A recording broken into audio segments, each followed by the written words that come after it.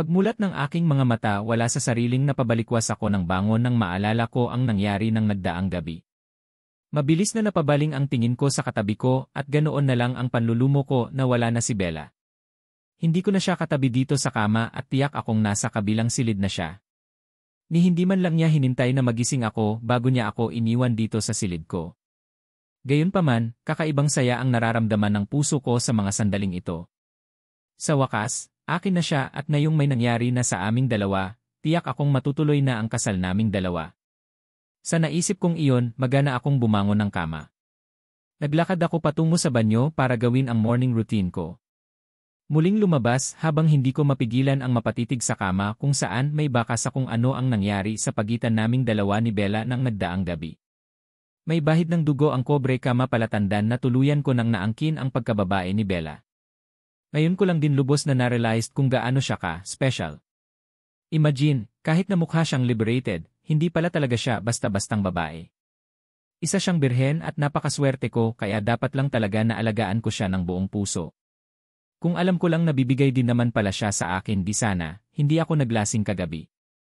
Hindi lang sana isang round ang naganap sa pagitan naming dalawa kundi maraming beses ko sana siyang naangkin. Hindi bale, babawi na lang siguro ako sa mga susunod na araw. Ang importante sa akin ngayon na angkin ko na siya at wala na siyang lusot sa akin. Basta ko na lang tinakpan ang kumot ang mansa sa aking bed sheets at masayang naglakad palabas ng kwarto. Diretso ako sa kwarto na inuukupan ni Bella at pagkatapat ko sa pintuan yon, nagtatalo pa ang isipan ko kung kakatok pa ba ako or diretso ko na lang siyang pasukin. Sa huli na naig pa rin ang pagiging ako at marahan akong kumatok sa pintuan ng 3 beses. Nagtaka pa nga ako dahil wala akong nakuhang response kaya nagpa siya akong pihitin ang doorknob at laking tuwa ko dahil hindi nakalock iyon. Excited na akong pumasok sa loob at hindi ko pa nga napigilan ang mapakunot ng noo nang mapansin ko na walang Bella akong naabutan. Bella? Bella, tawag ko sa pangalan niya. Sa hindi malamang dahilan bigla akong nakaramdam ng kaba, lalo na nang biglang sumagi sa isipan ko na ngayong araw pala ang alis niya dito sa mansion dahil magkikita sila ng mga kaibigan niya. Shit, Bella? Bella, muli kong tawag. Sa pagkakataon na ito medyo malakas na ang boses ko at walang sabi-sabing binuksan ang banyo sa pag-aakalang nandoon lang siya at kaagad ding nakaramdam ng panlulumo nang walang Bella sa loob. Hindi na ako nagsayang ng sandali. Dali-dali na akong lumabas ng silid at sakto naman na naabutan ko si Lolo Lance na pababa na din ng hagdan. Lo, si Bella po, tawag ko dito sabay tanong na din sa kanya kung nasaan si Bella. Natigil naman ito sa paghakbang at napalingon sa akin kaya dali-dali akong naglakad palapit dito. Wala ba sa kwarto niya? Baka nakaalis na, nagtataka din itong sagot sa akin. Hindi naman ako makapaniwala sa narinig. Imposible kasing makakaalis si Bella na walang pahintulot dito. Nasa gitna ng bukirin ang mansion na ito at maglalakad pa ng ilang kilometro bago makarating ng highway. Wala po siya sa kwarto niya, sagot ko. Natigilan naman ito bago napapailing. Baka naman nakaalis na. Teka lang, tanungin mo nga si Ben.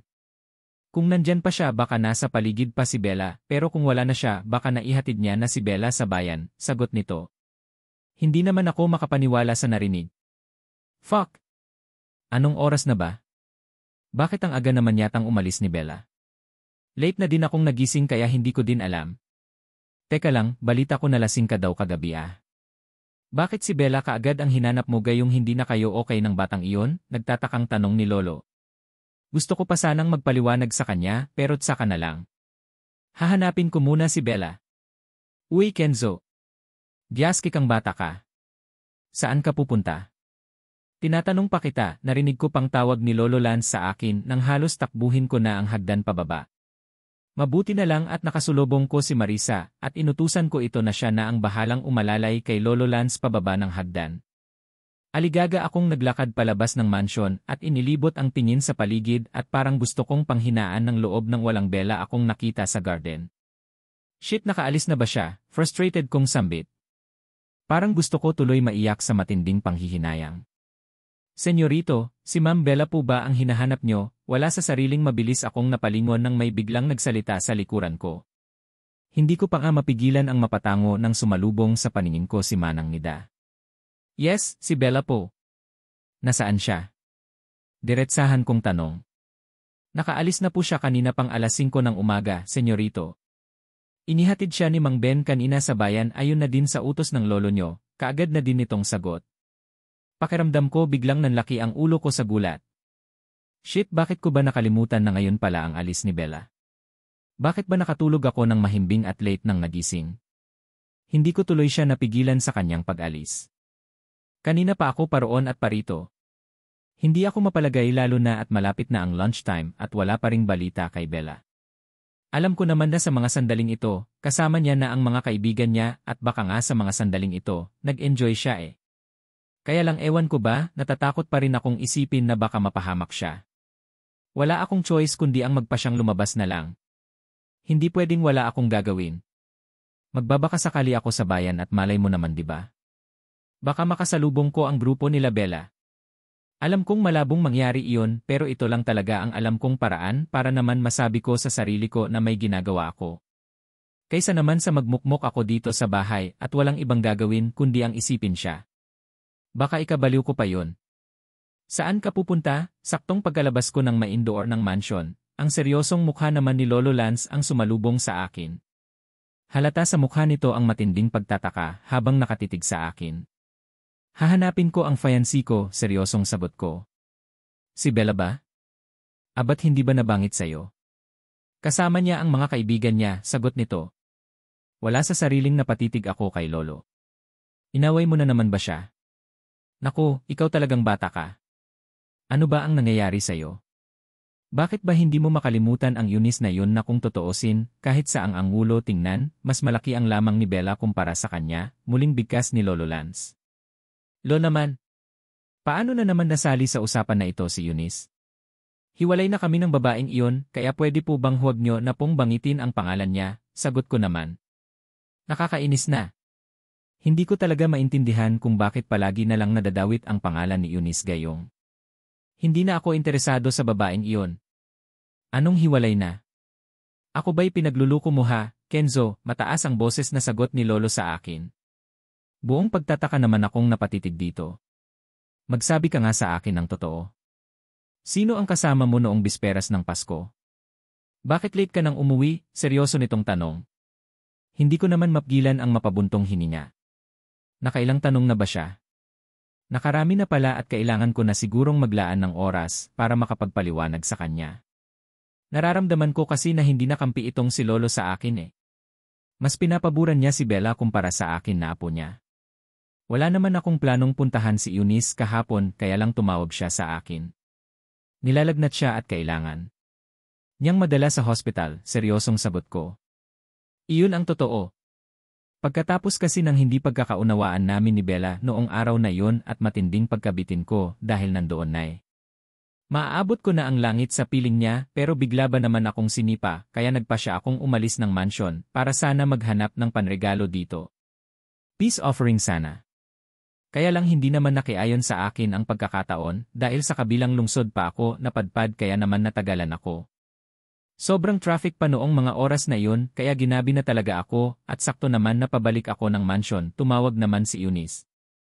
Nanghihingi ng tulong dahil masakit daw ang tahi niya dulot ng operasyon noon sa kanyang kidney transplant. Mataas din daw ang lagnat kaya wala akong choice kundi ang puntahan ito sa kondo unit niya at tinulungan na madala ng hospital. Iyon na lang, hindi ko na namalayan ng oras. Dahil ayaw magpiwa ni Eunice. Hindi daw siya magpapagamot kapag umalis ako sa tabi niya, kaya wala akong choice kundi ang magstay. Imagine, kadramahan ni Eunice ang napala ko nang sumapit ang Pasko na alam kong hinihintay ako nila Bella dito sa mansion para may celebrate ang Christmas. Alam kong saborang maling-mali iyon kaya noong sinabi ng doktor na maayos na daw ang kalagayan ni Eunice, iniwan ko na talaga siya sa hospital at umuwi na ng mansion, kaya lang huli na ang lahat. Tapos na ang celebration ng Pasko at ang galit na mukha ni Lolo Lance ang sumalubong sa akin and worst basta na lang nagdesisyon itong abuelo ko na hindi na daw matutuloy ang kasal naming dalawa ni Bella. Heck, hindi ako papayag. Ang dami ko ng sinakripisyo tapos hindi matutuloy ang kasal namin. Gagawa ako ng paraan para tuluyang maging akin si Bella. Kahit nasaan pa man siya. Magpunta, susundan ko talaga siya and regarding Eunice, sisiguraduhin ko na hindi na siya makakalapit sa akin para wala ng selosan na magaganap. Nablock ko na ang babaeng iyon sa lahat ng contact list ko at social media account. Wala talagang mapapala kung patuloy na magdikit-dikit sa akin si Eunice dahil maging dahilan pa iyon ng away namin ni Bella. Iyan. Bakit hindi mo kaagad sinabi? Teka, baka naman gawa-gawa mo lang iyang kwento mo ha? Seryosong tanong ni Lolo Lance sa akin pagkatapos kong magkwento. Heto na naman siya, ayaw na namang maniwala. Sa tanang buhay ko, never pa akong nagsinunagaling sa kaya pero kung makapagtanong sa akin ngayon akala mo ako na ang pinakasinungaling na tao sa balat ng lupa. Nagsasabi po ako ng totoo Now, sa totoo lang po, sure na po ba talaga kayo na ayaw nyo nang ituloy ang kasal naming dalawa ni Bella? Seryosong tanong ko. Napansin ko naman ang unti-unting pagguhit ng ngiti sa labi nito. Nakangiti akong tinitigan bago umiling-iling. Kung gusto mong maikasal talaga kayong dalawa ni Bella, wala namang problema iyon. Iyon na lang, payag kaya si Bella na pakasalan kanya? Nakangiting tanong nito. Magpapakasal siya sa akin, basta tulungan niyo lang ako, sagot ko naman. Okay since apo kita at gusto ko talagang si Bella ang maging asawa mo, tutulungan kita. Pero sa isang kondisyon. Seryosong bigkas nito at talagang may kondisyon pa. Grabe na talaga itong si Lolo. Napakasigurista. Ano po iyon? Anong kondisyon or let's? Say kahit na anong kondisyon pa yan, willing akong gawin basta maging akin lang si Bella, sagot ko. In 1 year dapat mabigyan mo na ako ng apo, nakangiting sagot ni Lolo. Hindi ko naman mapigilan ang matawa. Apo? Iyan lang ba? Napakaliit na bagay, natatawa kong bigkas. Kunot noon naman ako nitong tinitigan. Anong maliit na bagay? Sa bagal mong iyan, paano ka makakabuo ng bata? Tahasang sagot nito. Lo naman. Para namang hindi nyo ako apo kung makapagsalita kayo ng ganyan sa akin. Basta po, kayo na ang bahalang gumawa ng paraan para matuloy ang kasal naming dalawa ni Bella at ako ang bahala sa apo na gusto nyo. Kahit 1 dosena pa yan, kayang-kaya kong ibigay sa inyo, natatawa kong bigkas. Sigurado ka? Abat ipakita mo muna sa akin bago ka magyabang. At tungkol sa kasal niyong dalawa ni Bella, huwag kang mag-alala. Matutuloy pa rin yun. Ako ang bahala, nakangiti nitong sagot. Para namang may kung anong bagay ang biglang humaplos sa puso ko nang sabihin niya yun. Alam ko na kapag ginusto ni Lolo matutupad talaga. Malaki ang tiwala ko sa kanya, kaya naman ang dapat ko sigurong pagtuunan ng pansin ngayon ay kung paano mapaamo si Bella. Okay, deal po Lolo. Now, aalis na muna ko. Hahanapin ko muna ang mommy ng magiging mga apo nyo para maumpisahan ng makabuo ng bata. Tatawa-tawa kong sagot at akmang hahakbang na sana paalis nang bigla na lang akong pigilan ni Lolo. Teka. Teka lang. Alam mo na ba kung nasaan si Bella ngayon? Tanong nito. Natigilan tuloy ako sa akmang pag-alis at muling bumalik sa kanya. Saan po? Puno ng excitement na. Tanong ko. Well, bilib na talaga ko dito kay Lolo eh. Imagine, nakaalis na lahat si Bella pero alam niya pa rin ang whereabout nito. Nasa Luciana Beach Resort. Doon ang unang destinasyon nila ng mga kaibigan niya kaya kung ako sa'yo puntahan mo na, nakangiti nitong sagot. Hindi ko naman napigilan ang pagguhit ng ngiti sa labi ko. Ang Luciana Resort na tinutukoy ni Lolo ay pag-aari ng isa sa mga business partner namin dito sa Mindanao. Halos 1 oras din na drive mula dito sa mansion, kaya naman makakarating kaagad ako doon bago sumapit ang hapon. Wow! Ang galing! Thank you Lo, sagot ko at mabilis na naglakad paalis. Kaya lang naudlot na naman ang excited kong pag-alis nang tawagin niya na naman ako. Sa Borlo Rest House na kayo dumiretso. Pwede naman i-advance ang honeymoon nyo at tatawagan ko ang caretaker para ihanda lahat ng mga pangangailangan nyong dalawa ni Bella. Nakangiti nitong sagot. Hindi ko na napigilan pa ang matawa na sinabayan ko pa ng pagtango. Thank you Lo. The best po talaga kayo, sagot ko at mabilis ang hakbang na naglakad patungo sa aking kotse. Pinili kong gamitin ang sasaktan na pwedeng sumabak sa mga off-road na biyahe para walang problema. Medyo nasa mataas na bahagi ang Borlo Rest House kaya naman dapat magandang sasakyan ang gagamitin ko. Pagkasakay ko ng sasakyan, mabilis na din akong umarangkada paalis. Medyo nakakaramdam na ako ng gutom pero sa Luciana Beach Resort na siguro ako kakain. Hindi na kasi talaga ako makapaghintay na makita ulit si Bella. Pambihira, kulang pa yung performance ko kagabi at sobrang nabitin ako. Balak ko pa naman sana na angkinin siya ulit kinaumagahan kaya lang wala na siya. Nilayasan na ako kaya lagot talaga ang Bella na yun sa akin mamaya. Paparusahan ko talaga siya sa ginagawa niyang pagpapahirap sa akin.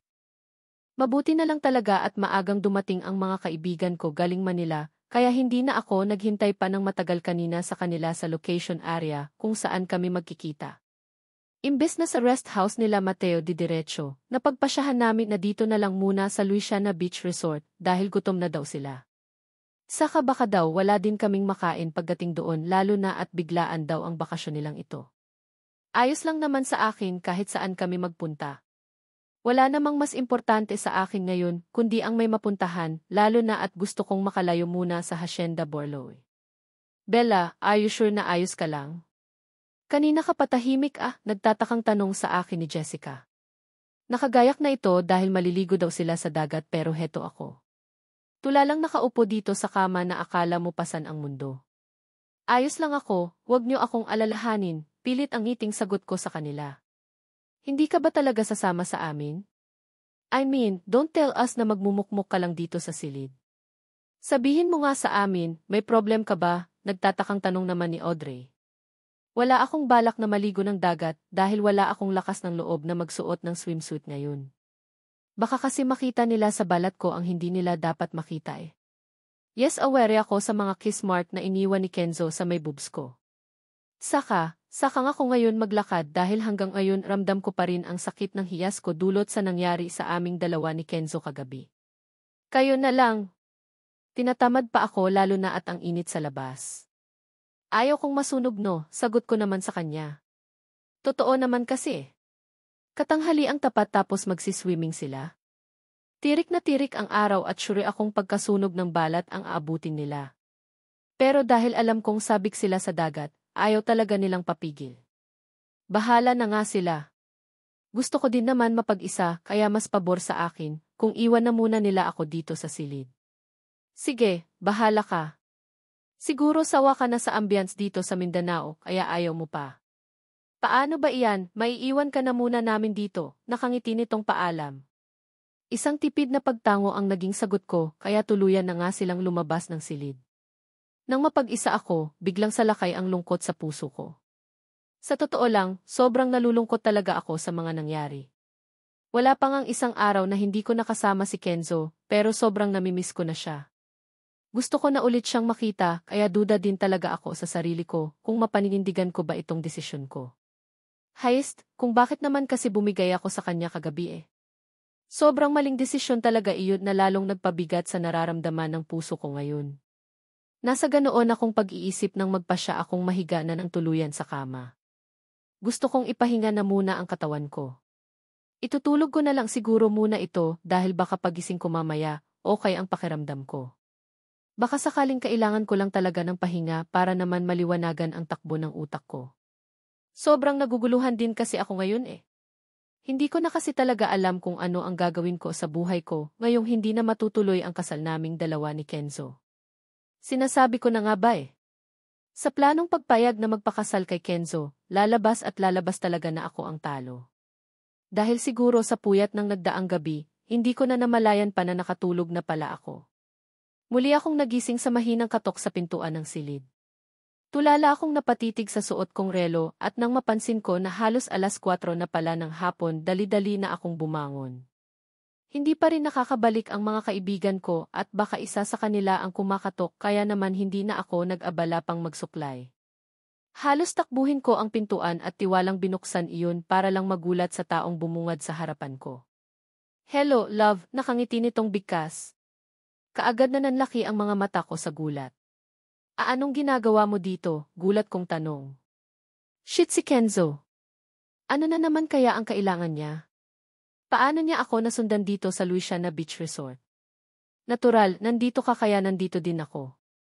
Mukhang hindi ka nag-enjoy sa lugar na ito Lipat tayo ng ibang location, kaswal niyang bigkas na akala mo close kami. Paano mo naman nasabi na hindi ako nag-enjoy sa lugar na ito? Saka, umalis ka na nga dito. Ano ba ang kailangan mo Nandidilat ang mga matang sagot ko. Isang malakas na pagtawa ang naging sagot niya sa akin, kasabay ng pagdampi ng daliri niya sa gilid ng mata ko. Tatabigin ko sana ang kamay niya, kaya lang bigla naman siyang nagsalita. love naman, may muta ka pa oh. Hindi ka man lang naghilamos bago ka maglambing sa akin ng ganyan, natatawa niyang bigkas. Hindi naman ako makapaniwala sa narinig at sa ginawa niya. Dali-dali tuloy akong napakapa sa mga mata ko para i-check kung may muta pa bang natira. Natangal niya na kasi at sobrang nakakaramdam ako ng hiya sa kanya. Gosh, hindi ako dugyot ha pero bakit hindi man lang ako nag-check kung may muta ba ako pagkabangon ko kanina? Napaka-careless ko talaga at baka kung ano ang isipin nitong si Kenzo sa akin. Heist? Hindi ko alam kung paano ako nasundan nitong si Kenzo, pero isa lang ang gusto kong mangyari ngayon. Gusto kong umalis siya sa harapan ko dahil ayaw ko na siyang makita. Traidor ang puso ko at baka magising na lang ako isang umaga na baliw na naman sa kanya. Hangat kaya ko pa dapat talagang iwasan ko na siya. Ano ba talaga ang kailangan mo sa akin? Saka, paano mo nalaman na nandito ako sa lugar na ito? Naiinis kong tanong sa kanya. Isang matamis na ngiti sa labi ang pinawakalan niya, kasabay ng pagsipat niya ng tingin sa akin. Hindi ko tuloy mapigilan ang mapayakap sa sarili ko. Wala namang mali sa suot ko dahil nakamaiksing short lang naman ako at maluwang na t-shirt pero kung makatitig siya sa akin, akala mo naman parang gusto niya yata akong manyakin ah.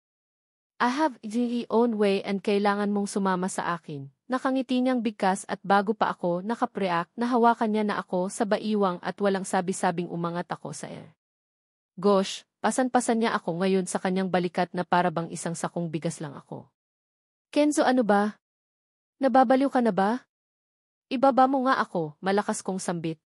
Pilit akong nagpupumiglas para ibaba niya ako pero walang panama sa kanya ang lakas ko. Kahit papaano, nakakaramdam na din naman ako ng kaba nang mapansin ko na habang nagtatagal, palayo kami ng palayo sa sibilisasyon. Hindi ko na nga mabilang kung ilang beses na akong napatitig sa mukha ni Kenzo para masiguro na siya talaga itong kasama ko ngayon at matiyak kung nasa hulog pa ba siya. Bigla kasing naging seryoso ang mukha niya at kahit na anong tanong ang ibabato ko sa kanya, hindi niya na talaga ako sinasagot. Ano mang naglalaro sa isipan niya, hindi ko din talaga alam at sana lang talaga wala siyang masamang pakay sa akin ngayon. Isa pa sa inaalala ko ngayon ay tiyak akong baka hinahanap na ako ng mga kaibigan ko. Wala akong kahit na anong bitbit at kahit na ang cellphone ko ay hindi ko dala kaya hindi ko sila matawagan para hindi sila mag-aalala sa akin. Hindi ko talaga alam kung bakit bigla na lang sumulpot ang Kenzo na ito. Hindi ko din alam kung ano ang iniisip at mga plano niya dahil wala naman siyang sinasabi. Basta, nakatutok lang ang mga mata niya ngayon sa daan habang seryoso ang kanyang mukha. Dahil wala na din naman akong magagawa, pinili ko na lang ang manahimik. Nagtagal ang biyahe namin ng mahigit 1 oras hanggang sa huminto ang sasakyan sa isang mataas na gate. Yes, isang mataas na bakod at sa dako pa doon ay may nakatayong hindi ganoon kalakihang bahay. Although, kahit na hindi ito ganoon kalaki, masasabi ko naman na sobrang ganda ng disenyo. Puro puno din ang buong paligid kaya feeling ko sobrang presko ng lugar na ito. Ano ang ginagawa natin dito? Nagtataka kong tanong kay Kenzo. Hindi na naman niya ako sinagot dahil mabilis na siyang bumaba ng kotse. Naiinis man sa pambabaliwala niya sa lahat ng tanong ko, wala na akong choice kundi ang habaan ang pasensya ko. Hindi ko alam kung saang dako kami ng Mindanao ngayon at mukhang kailangan ko munang magpakabait hangat siya ang kasama ko. Pinagbuksan niya naman ako ang pintuan ng kotse kaya bumaba na din ako. Akmang aakayin niya pa nga sana ako patungo sa bahay pero mabilis kong natabig ang kamay niya at seryoso siyang hinarap. Anong lugar ito? Nasaan tayo? Seryosong tanong ko sa kanya. Well, nandito tayo sa rest house namin, maiksing sagot niya. Rest house? Ano ang ginagawa natin dito? Kunot noo kong tanong. Mag-usap at magpapahinga, seryosong sagot niya. Mag-uusap? Dito talaga sa liblib na lugar na ito. Nahihibang ka na ba? Naiinis kong sagot sa kanya. Muli kong inilibot ang tingin sa paligid at siguro, dahil sa sobrang liblib ng lugar, kaya kapansin-pansin kung gaano kataas ng mga bakod sa buong paligid. Siguro for security purposes kaya ganoon. Mukhang presko ang lugar pero parang nakakatakot magpaabot ng gabi sa lugar na ito. Baka kasi may bigla na lang may magpakita ng mga hindi kaaya-ayang nilalang. Saka, mukhang mag-isa lang ang rest house na ito dito sa may bundok. Hindi ko alam pero parang nakakatakot ang lugar na ito. Let's go inside. Don't worry, hindi natin solo ang lugar na ito dahil darating din mamaya ang mag-asawang caretaker. Bumibili lang sila ng makakain natin sa ilang araw na pagstay natin dito. Baliwala niyang bigkas at nagpatiuna na siyang naglakad papasok sa loob ng bahay. Wala na akong nagawa pa kundi ang kaagad na napasunod sa kanya. Siguro dahil sa maraming puno kaya nag-aagaw na ang liwanag at dilim sa kapaligiran. Ilang saglit lang alam kong didilim na sa bahaging ito. Pagkapasok namin ni Kenzo sa loob ng bahay, kaagad na sumalubong sa paningin ko ang lumang disensyo nito sa loob. Although, malinis naman ang buong paligid pero para bang bumalik ako sa sinaunang panahon dahil sa mga nakadisplay na nakikita ko. Mula sa mga upuan at iba pang mga nakadisplay halatang mga luma na ang mga ito. Kumbaga karamihan sa mga gamit na nakikita ko ay mga antik na yata. Ewan basta iyon ang feeling ko. Wala kasi akong nakikitang modern touch sa disenyo eh. Ano ang gagawin natin dito? Sure ka ba na safe ang magpalipas ng gabi dito? Wala sa sariling tanong ko sa kanya. Nag-umpisa na akong makaramdam ng kaba pero pilit kong huwag ipalahata sa kanya iyon. Feeling ko tuloy sa mga sandaling ito nasa isang haunted house kami dahil sa mga nakikita ko. Ano ba, ilang taon na kaya ang mga gamit na nandito sa loob? Siguro kasing edad ni Lolo Lance or baka nga mas higit pa eh. Ang sofa nila ay pulidong kahoy na nilagyan lang ng malambot ng foam pero halatang pinaglipasan na din ng panahon ang disenyo eh. Tapos sa kabilang sulok naman ay may nakita akong 3 display na banga na may nakatanim na halaman na ewan ko lang kung totoong halaman or artificial lang. Bahay pa ito ng mga magulang ni Lolo Lance at sa sobrang tibay nito hanggang ngayon nakatayo pa rin. Ang mga nakikita mong mga gamit dito ay hindi mo na makikita sa kasalukuyang henerasyon kaya iniingatan ni Lolo ang lugar na ito dahil sa mga masasayang alaala na naiwan niya dito, wika ni Kenzo sa akin. Wala sa sariling napahawak ako sa braso niya. Kung lumang lugar ito, ibig sabihin baka maraming multo dito. Gosh, nakakatakot lalo na at wala yatang tumatao dito eh. Caretaker lang daw at nasaan sila? Gutom ka na ba? Sa taas na muna tayo habang hinihintay natin sila Manang at Manong, muling bigkas ni Kenzo. Wala sa sariling kaagad akong napatango. Medyo madilim na din dito sa loob ng bahay at nakahinga ako nang maluwag nang buksan niya ang mga ilaw. Kahit papaano, lumiwanag na ang buong paligid pero wala pa rin akong balak na bumitaw sa pagkakahawak sa braso niya. Natatakot kasi ako na baka may bigla na lang bumuluga sa paningin ko na nakakatakot na mga nilalang. Nasa liblib na lugar kami at hindi malabong mangyari iyon. Malakas ang loob ko pero hindi sa mga ganitong pagkakataon. Lumaki ako sa lungsod pero naniniwala ako sa mga immortal na tao at mga aswang. Siguro dahil sa pagkahilig kong manood ng mga horror movies kaya ganoon. Hey, relax. Don't tell me na natatakot ka, narinig ko pang sambit ni Kenzo. Unang tapak namin sa hagdan ay may narinig akong umingit kaya napahito ako. Hindi ko natuloy napigilan ang malakas na pagkabog ng dibdib ko. Ano iyon? Kinakabahan kong tanong. Natawa naman ito. Wala iyon. Luma na itong hagdan kaya normal lang iyon. Don't worry, matibay ito at ligtas pa rin naman kung apakan, natatawa niyang bigkas. Bumalik na lang kaya tayo sa mansion. Doon na lang tayo mag-usap. Kinakabahan kong bigkas. Sa isang iglap, bigla akong naging maamo sa kanya. Ang inis na nararamdaman ko sa kanya, kani-kanina lang ay biglang naglaho. Sa bagay, nasa nakakakot akong sitwasyon at wala talaga akong ibang aasahan kundi si Kenzo lang. Mas gusto mo ba sa hasyenda na lang tayo? Anong oras na ba? Narinig ko pang bigkas niya sabay tingin sa suot niyang relo, sabay iling. Hindi na tayo pwedeng mag-drive pababa ng bundok dahil madilim na pala. Delikado na lalo na at walang ilaw ang kalsada na dadaanan natin, bigkas niya. Hindi ko natuloy mapigilan pa ang mapalunok ng laway at halos mapatalon ako sa gulat nang may narinig akong kalabog sa hindi ko alam kung saan. Parang may nahulog na metal na bagay na nagbigay ng ingay sa buong paligid. Kenzo, sure ka ba talaga na hindi na tayo pwedeng umalis dito? Sure ka din ba na safe ang lugar na ito? Tanong ko sa kanya. Parang gusto ko ng pagpawisan dahil sa nerbiyos. Nakakatakot kaya? Hey, relax. Baka dumating na sila Manang dahil sa kusina banda ang ingay na narinig mo kanina. Nakangiti niyang sagot sa akin at imbes na sa second floor kami pupunta, inakay niya ako patungo sa kabilang bahagi ng bahay. Dahan-dahan niyang binuksan ang isang pintuan at doon ko nga nakita ang isang babaeng maputi na ang buhok na abala sa paghihiwa ng mga gulay sa kusina samantalang ang isang may edad na lalaki naman ay nasa mailababo at may hinuhugasan na kung ano. Manong, kumusta po kayo? Nakangiti pang bati ni Kenzo sa kanila. Sabay pa silang napatingin sa amin habang parehong may ngiting nakaguhit sa labi. Senyorito Kenzo. Naku, gutom na ba kayo? Pasensya na at kararating lang namin galing bayan para bumili ng mga stocks, kaagad na hinging paumanhi ng matandang babae. Ayos lang po manang. Hindi pa naman kami nagugutom eh. Siya nga po pala, si Bella po pala ang fiancé ko. Bel, sila Manang Sara at Manong Ali nga pala. Sila ang nangangalaga ng kaayusan sa bahay na ito, nakangiting pakilala ni Kenzo. Hello po. Kumusta po kayo? Pilit ang ngiting bigkas ko na sinabayan ko pa ng pagkaway. Hindi pa rin nawawala na kaba sa puso ko sa hindi ko malaman ang dahilan. Siguro dahil naninibago ako sa lugar na ito. Ayos lang po kami, senyorita. Nako, senyorito, ang ganda pala ng magiging asawa mo, nakangiting bigkas ni Manang Sara sabay titig sa akin. Mukha naman silang mababait na siyang labis kong ipinagpasalamat. Opo, at sobrang swerte ko po sa kanya. Paano po ba iyan, maiwan na muna namin kayo dito. Take your time po sa pagluluto dahil hindi pa naman kami nagugutom, nakangiting wika ni Kenzo. Sabay namang tumango ang mag-asawa kaya mabilis na din akong hinila ni Kenzo paalis. Itinuloy na namin ang pagpanhik sa second floor ng bahay pero ang labis ko lang na ikinailang ay ang bawat paghakbang namin ay may tunog talaga akong naririnig mula sa hagdan eh.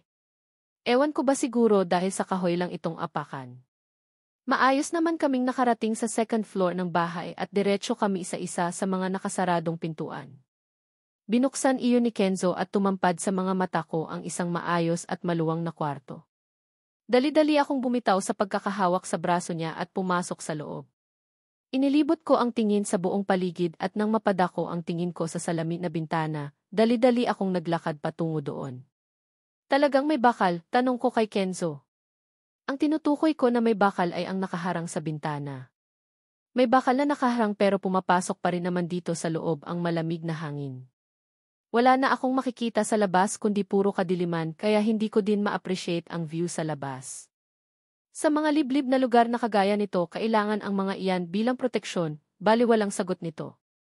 Naglakad na din siya palapit at tuluyan niya nang isinara ang salamin ng bintana. May aswang din ba dito, Kenzo? Wala sa sariling tanong ko habang nakatitig sa kanya. Hindi ko alam kung totoo ba ang aswang pero hindi ko naman mapigilan ang makaramdam ng inis nang bigla na lang siyang malakas na tumawa. Aswang? Really? Ah, maybe. Let's check later na lang, natatawa niya yung sagot sabay patihayang nahiga sa kama. Hindi ko tuloy maiwasan na makaramdam ng inis. Nagtatanong lang naman ako sa kanya pero kailangan ba talaga na pagtawanan niya ako? Saka anong sabi niya? Check daw namin later. Heist, pambihira. Wala akong lakas ng loob na gawin iyon no. Nakakatakot kaya. Dahil wala na din naman akong ibang magagawa, nagpa siya akong maupo sa may gilid ng kama habang si Kenzo naman ay patihayang nakahiga sa kama. Hindi ko alam kung natutulog ba siya dahil nakapikit naman siya pero hinayaan ko na lang. Iyon nga lang, ilang minuto na akong nakaupo pero bigla akong nakaramdam ng boredom. Ano kaya ang pwede kong gawin? Wala akong dalang cellphone para sana paglibangan at hindi ako sanay na tumunganga lang. Mabuti sana kung may television dito sa silid na pwedeng paglibangan pero wala din eh. Hindi din naman ako pwedeng lumabas mag-isa dahil natatakot ako. Ayaw ko din naman magreklamo dito kay Kenzo dahil baka magalit siya sa akin at bigla na lang akong iwan. Mahirap na. Ayaw kong mag-isa sa ganitong lugar dahil natatakot ako. Liblib na at walang. Ibang naririnig kundi mga huni ng ibon. Yes, iyon na lang ang naririnig ko mula sa paligid. God, hindi ko yata kayang mabuhay sa ganitong lugar. Feeling ko magkakaroon ako ng nervous breakdown at baka ito pa ang ikamatay ko. Ano ang iniisip mo? Hindi ko pa nga mapigilan ang mapapitlag sa gulat nang bigla na namang nagsalita si Kenzo. Akala ko tulog siya pero gising siya dahil mula sa peripheral vision ko napansin kong bumangon ito at umusog pa upo patungo sa akin. Hindi na ako umiwas pa nang halos idikit niya ang katawan niya sa katawan ko. Ano ba kasi ang ginagawa natin sa lugar na ito? seryosong tanong ko sa kanya. Ayaw mo ba ito? Sabagay, gabi kasi kaya hindi mo ma-appreciate ang ganda ng buong paligid, sagot niya naman sa akin. Uwi na ba tayo bukas? Paano ang mga gamit ko sa beach resort? Baka hinahanap na ako ng mga kaibigan ko, sagot ko naman sa kanya. Huwag mo silang alalahanin dahil hindi naman sila mag-aalala sa iyo. Alam nilang magkasama tayong dalawa and regarding naman sa mga gamit mo I think, nasa labas na ng room na ito, sagot niya sa akin at mabilis na bumaba ng kama. Naglakad siya patungo sa may pintuan at binuksan iyon. Bigla pa nga akong napatayo nang mapansin ko na lumabas siya ng silid sa pag-aakala kong baka iwan niya ako. Nakahinga ng maluwag nang bigla siyang bumalik habang hila-hila niya na ang luggage ko. Hindi naman ako makapaniwala sa nakita. Paanong nakarating ang luggage ko gayong ang naalala ko kanina ay naiwan ito sa beach resort. Pinadaanan ko kila Manong kanina sa beach resort. Don't worry, walang mga gamit mo ang naiwan doon, nakangiti niyang bigkas. Hindi naman ako makapaniwala sa narinig. Mukhang na-underestimate ko yata itong si Kenzo ah. Mukhang planado niya talaga ang lahat dahil pati mga gamit ko ay nakuha niya. Thank you, mahina kong bigkas. Thank you lang. Wala bang kiss dyan, nakangiti niyang sagot sa akin. Kaagad ko naman siyang pinandilatan ng mga mata at tatawa-tawang naglakad patungo sa isa pang nakasarang pintuan. Mabilis tuloy akong napasunod sa kanya. Saan ka pupunta? Nag-aalalang tanong ko. Kagaya na nasabi ko kanina, ayaw kong magpaiwan mag-isa dito sa loob ng kwartong ito. Nakakailang kasi ang katahimikan sa buong paligid at alam kong bunga inag-iyod ng imagination ko ang lahat pero natatakot talaga ako eh. Magbabanyo lang ako saglit. Don't worry, saglit lang ito, nakangisi niyang bigkas at mabilis nang pumasok sa loob. Naiwan naman akong muling napaupo sa kama. Inilibot ko pa nga ang buong paligid at hindi ko mapigilan ang mapapitlag sa gulat nang bigla na lang kumidlat kasabay ng malakas na kulog na sinabayan ng pagbuhos ng malakas na ulan sa labas. Hays naman! Bakit bigla-biglaan? Mahina ko pang sambit at muli na naman akong napaitilag ng bigla na namang kumulog ng malakas. Mula sa pagkakaupo sa kama, mabilis na akong napatayo at takot na napatitig sa pintuan ng banyo. Hindi ko na kaya. Takot ako sa kulog kaya napatakbo ako patungo sa nakasarang pintuan ng banyo at walang sabi-sabing binuksan iyon. Wala na akong pakialam pa kung ano man ang ginagawa ni Kenzo dito sa loob ng banyo, pero nang makita ko siyang nakaupo siya sa toilet bowl at gulat ding nakatingin sa akin, kaagad na din akong pumihit patalikod sa kanya. Bella, ano ba? Ano ang ginagawa mo dito sa loob ng banyo? Nagbabawas pa ako, reklamo niya pa nga sa akin. E di magbawas ka. Di dito lang ako, nanginginig ang boses na sagot ko naman sa kanya, sabay takip ko sa ilong ko. Hindi ko na naman mapigilan ang mapapitlag nang narinig ko na naman ang malakas na kulog sa labas ng bahay. Kaunting-kaunti na lang talaga maiiyak na ako sa takot eh. Hindi ako takot sa kidlat pero takot ako sa kulog. Siguro dahil para iyong malakas na pagsabog sa pandinig ko. Bella, ayos ka lang ba? Ano ba ang nangyayari sa iyo?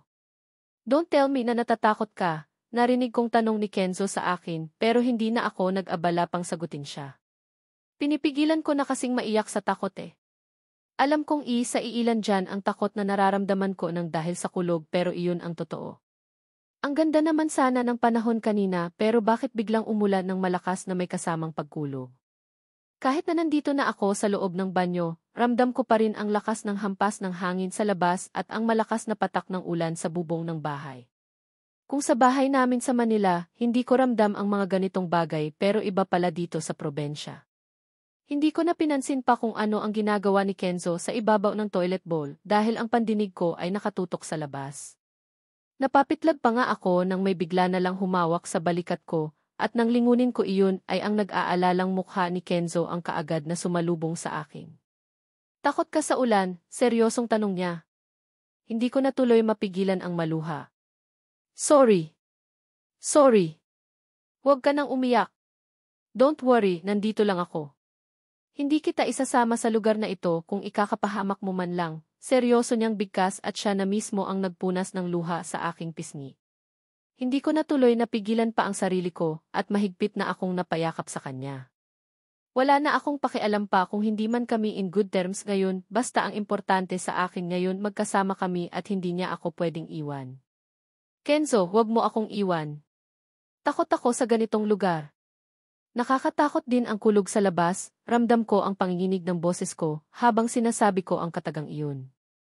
Of course. Of course hinding-hindi kita iiwan. Dito lang ako sa tabi mo, mahinang sagot niya sa akin. Kinarga niya na ako at lumabas na kami ng banyo. Diretso siya sa kama at maingat niya akong ibinaba. Wala nang malakas na kulog pero naririnig ko pa rin ang malakas na ulan na sinabayan pa ng malakas na hampas ng hangin sa labas. Ganito talaga dito sa bundok. Pabago-bago ang panahon at kadalasan umuulan sa gabi, narinig kong wika ni Kenzo sa akin pagkatapos niya akong ibaba sa kama. Naglakad siya patungo sa may tokador at binuksan iyon. Kumuha siya ng t-shirt at isinuot iyon at ngayon ko lang napagtanto na wala pala siyang ibang suot maliban na lang sa kanyang boxer shorts. Hindi ko iyon napansin kanina dahil nga sa takot ko. Pasensya ka na kung naisturbo kita sa paggamit mo ng banyo, mahinang wika ko. Basta wala lang kulog hindi naman ako ganoon katakot. Worries pero nakakagulat ka ha?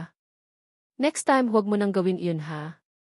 Nasa kalagitnaan ako ng pagbabawas bigla ka na lang pumasok, natatawa niyang bigkas. Kaagad tuloy akong nakaramdam ng hiya sa kanya nang ma-realized ko ang kagagahan na ginawa ko. Heist, kung bakit ba naman kasi sa tuwing nakakaramdam ako ng takot, hindi ko makontrol ang sarili ko. Ni hindi ko man lang naisip na nasa kalagitnaan pala siya ng paglilabor habang nasa ibabaw siya ng toilet bowl. Pero ayos na din iyon. At least napatunayan ko na kaya mo palang amuyin ang mabantot na bagay na lumabas sa akin kanina. Natatawa niyang bigkas kaya hindi ko na din mabigilan ang matawa. Ang bantot nga at nagsisisi na ako kung bakit pa ako pumasok doon. Dapat pala tiniis ko na lang ang takot ko. Nakalabi kong sagot sa kanya, kaya naman mas lalo siyang natawa. Abat parang gusto ko tuloy kumulog ulit ng malakas para matry ko ang tapang mo, bigkas niya. Kaagad ko naman siyang pinandilatan. Kenzo ang sama mo.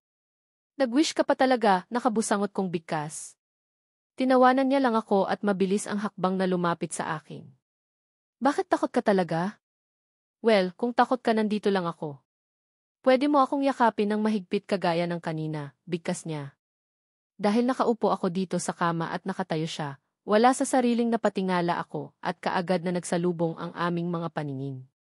Takot na ako kaya pwede bang bukas alis na tayo dito? Balik na lang tayo sa Hacienda Borloy, seryosong sagot ko sa kanya habang nakikipagtitigan ako sa kanya. Ewan, parang may magnet ang mga mata niya na ayaw humiwalay ang mga paningin ko doon. Parang may napapansin ako sa mga mata ni Kenzo na hindi ko mawari lalo na at nakangiti siya ngayong sa harapan ko. Kung hindi ka mag-enjoy sa pupuntahan natin bukas, uuwi na tayo. Pero kapag mag-enjoy ka, pwede tayong magstay dito ng ilang araw. Nakangiti niyang sambit sabay haplos niya sa pisngi ko. Para namang bigla akong nagising nang gawin niya iyon. Dali-dali akong nag-iwas ng tingin sa kanya at mabilis na tumayo. Gusto kong iwasan ang ginawa niyang paghaplos sa pisngi ko dahil nailang ako. Kakaiba kasi ang init na nagmumula sa palad niya at baka hanapin ko iyon. Naririnig ko pa rin ang malakas na buhos ng ulan sa labas, pero wala na ang takot na nararamdaman ko. Wala na kasing kulog kaya naman inabala ko na lang ang sarili ko na buksan ang luggage ko at i-check ang mga gamit ko sa loob. Balak ko din kasing maligo mamaya bago matulog. Si Kenzo naman ay nanahimik na habang nakaupo sa kabilang bahagi ng kama at abala sa kanyang cellphone. Mukhang wala naman siyang balak na iwan ako isa dito sa silid na siyang labis kong ipinagpasalamat. Mabuti na lang din talaga at hindi niya ako pinagtawanan dahil sa pagiging matakutin ko. Kung hindi magtatampo talaga ako sa kanya ng sobra. Saktong patapos ko nang tingnan lahat ng gamit ko nang marinig ko ang mahinang katok sa pintuan ng silid.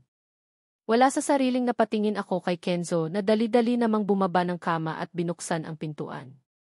Magandang gabi po, senyorito. Ready na po ang hapunan nyo, narinig kong wika ng caretaker na si Manang Sara. Isang pagtango ang naging sagot ni Kenzo dito sabay baling ng tingin sa akin. Mamaya mo na tapusin ang ginagawa mo, Bel. Kain na muna tayo, malumanay na wika nito sa akin. Mabilis naman akong naglakad palapit sa kanya, sabay hawak sa braso niya. Ewan, naging manerism ko na yata ang humawak-hawak sa braso niya pero ano ang magagawa ko? Ito iyong way ko para maramdaman ko na ligtas ako sa lugar na takot ako. Mabuti na lang din talaga at mukhang ayos lang naman kay Kenzo ang paghawak ko sa kanya. Wala naman din kasi akong narinig na kahit na anong reklamo mula sa kanya, kaya sabay na kaming naglakad patungo sa hagdan. Katulad kanina, maingay talaga itong hagdan nila eh. Parang kailangan na yata ng renovation dahil sa tuwing aapak kami, may umiingit na talaga. Maayos naman kaming nakarating ng kusina kung saan unang pumukaw sa atensyon ko ang mga pagkain na nakalatag sa mesa. Wala sa sariling napatingin ako sa mag-asawang caretaker na noon ay napansin kong nakasuot na ng raincoat na para bang may pupuntahan pa sila. Senyorito, hindi na po namin kayo hihintayin na matapos kumain. Pwede po bang aalis na kami, wika ni Manang Sara. Hindi ko naman mapigilan ang magtaka. Napasulyap pa nga ako sa bintana ng kusina at nang mapansin ko kung gaano kadilim sa labas, wala sa sariling napatingin ako kay Kenzo. Okay po Manang. Mag-ingat po kayo, kaagad na ding sagot ni Kenzo sa kanila na labis kong ipinagtaka. Hindi ba nakatira dito sa bahay na ito ang mag-asawang caretaker? Ibig bang sabihin ito, dalawa lang talaga kami ni Kenzo ang magpapalipas ng buong magdamag sa bahay na ito? Gosh, hindi kaya sobrang nakakatakot iyon? Pagkaalis ng mag-asawang caretaker, kaagad na din naman akong ipinaghila ni Kenzo na upuan.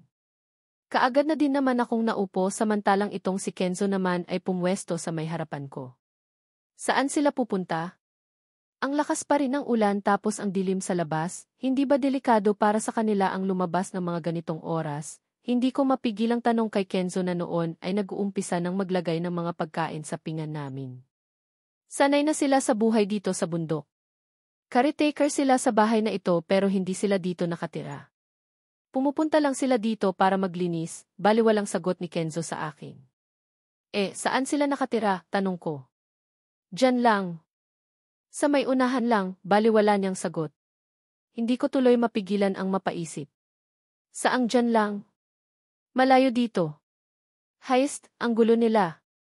Bahala na nga sila. Hindi naman siguro ako dadalhin ni Kenzo sa bahay na ito kung hindi kami safe, diba? Kumain ka na. Malakas ang ulan sa labas at baka mawalan na naman ng kuryente. Muli niyang wika na labis kong ikangulat. Mawawalan ng kuryente, mahina kong tanong. Minsan. Kapag ganitong masama ang panahon, may tendency na mawawalan ng kuryente, kaya bilisan mo na ang kumain. Mas mahirap kumilos kung madilim sa buong paligid, sagot niya, kaya wala na akong choice, kundi ang mabilis na dinampot ang kutsara at tinidor at nag-umpisa ng kumain. Ayaw kong abutan ng brownout dito sa kusina. Mahirap na. Hindi ko ma-imagine ang sarili ko na nangangapa sa dilim. Mabilis lang din naman kaming natapos ni Kenzo kumain. Tinolang manok ang ulam namin at wala ng panghimagas. Si Kenzo na din ang nagboluntaryong maghugas ng mga pinagkainan namin habang ako ay tahimik lang na pinapanood siya. Pagkatapos niyang maghugas ng mga pinggan, napansin kong isa-isa niyang nilapitan ang lahat ng mga pintuan at mga bintana. Nang tanungin ko siya kung ano ang ginagawa niya, sinabi niyang, sinigurado niya lang daw na nakalock lahat iyon bago niya ako niyaya pabalik ng kwarto.